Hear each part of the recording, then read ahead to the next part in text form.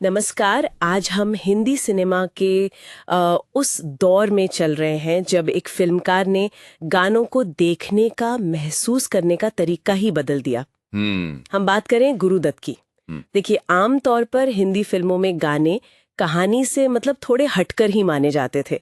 जरूरी थे पर अलग। हाँ, अक्सर ऐसा ही होता था। लेकिन गुरुदत्त ने इस सोच को चैलेंज किया। हमारे पास जो विश्लेषण है वो यही बताता है कि कैसे उन्होंने गानों को सिर्फ एंटरटेनमेंट नहीं बल्कि कहानी कहने का एक बहुत पावरफुल टूल बना दिया। बिल्कुल।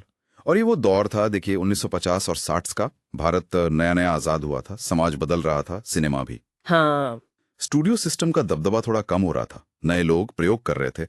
और गुरुदत्त का मकसद वो बिल्कुल साफ था, गानों में यथार्थवाद लाना। यथार्थवाद गानों में। हाँ, मतलब उन्हें कहानी में ऐसे बुनना कि वो उसका हिस्सा लगें, कोई अलग से जोड़ा हुआ टुकड़ा नहीं। वो चाहते थे कि गाने कहानी को आगे ले जाएं, किरदारों के वो जज्बात बताएं जो शायद डायलॉग्स ना कह पाएं। अच्छा, एक तरह से नैरेटिव का हथियार बना दिया गानों को।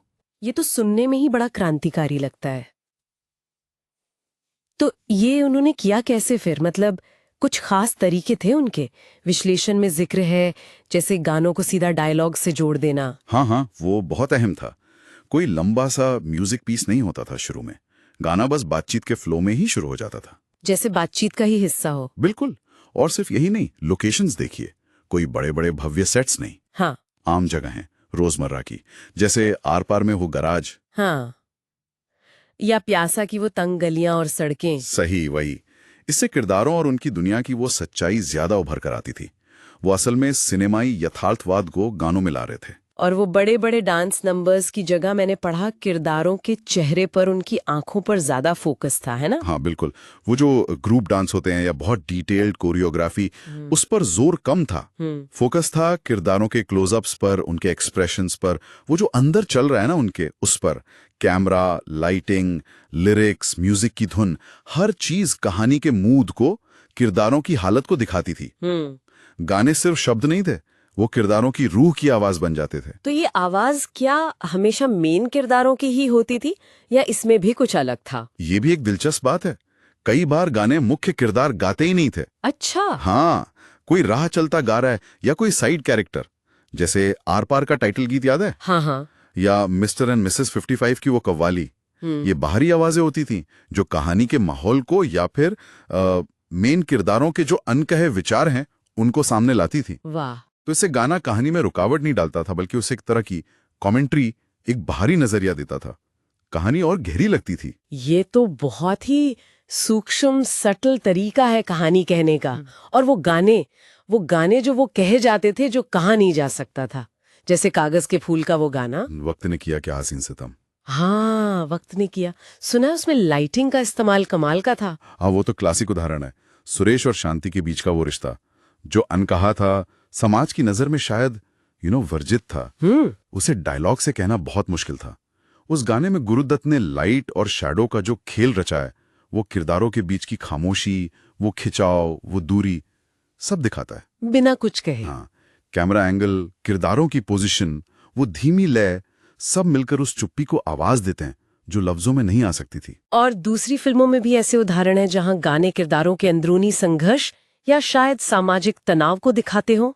बिल्कुल हैं। प्यासा को ही लीजिए, विजय वो कवि जो दुनिया की बेरुखी से, मटेरियलिज्म से निराश है। हाँ, ये दुनिया अगर मिल भी जाए। वही, ये दुनिया अगर मिल भी जाए तो क्या है, या जिन्हें नाज है हिंद पर वो कहाँ है। ये गाने सिर्फ उसका दुख नहीं दिखाते, बल्कि उस वक्त के समाज पर, आजादी के बाद जो एक मोहभंग था ना, हाँ, डिसएन्चांटमेंट।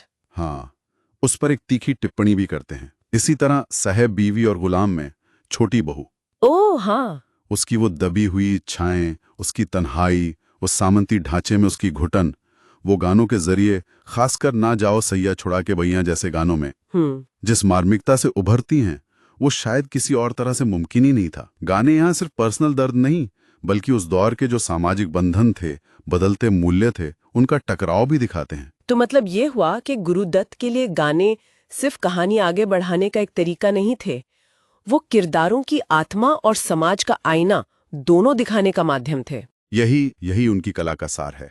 उन्होंने गाने के हर पहलू को, म्यूजिक, बोल, फिल्मांकन, लोकेशन, एक्टिंग, लाइटिंग, सबको कहानी कहने के लिए इस्तेमाल किया। उनके डायरेक्शन में गाने फिल्म की सजावट नहीं रहे, वो उसकी आत्मा बन गए। उन्हें निकाल दें तो कहानी अधूरी है। हाँ, बिल्कुल। उनका नजरिया बहुत इंटीग्रेटेड था, जहां सिनेमा के सारे तत्व मिलकर एक असर पैदा करते थे। और शायद इसीलिए तो उनके गाने आज भी इतने सालों बाद सिर्फ सुने नहीं जाते बल्कि महसूस किए जाते हैं।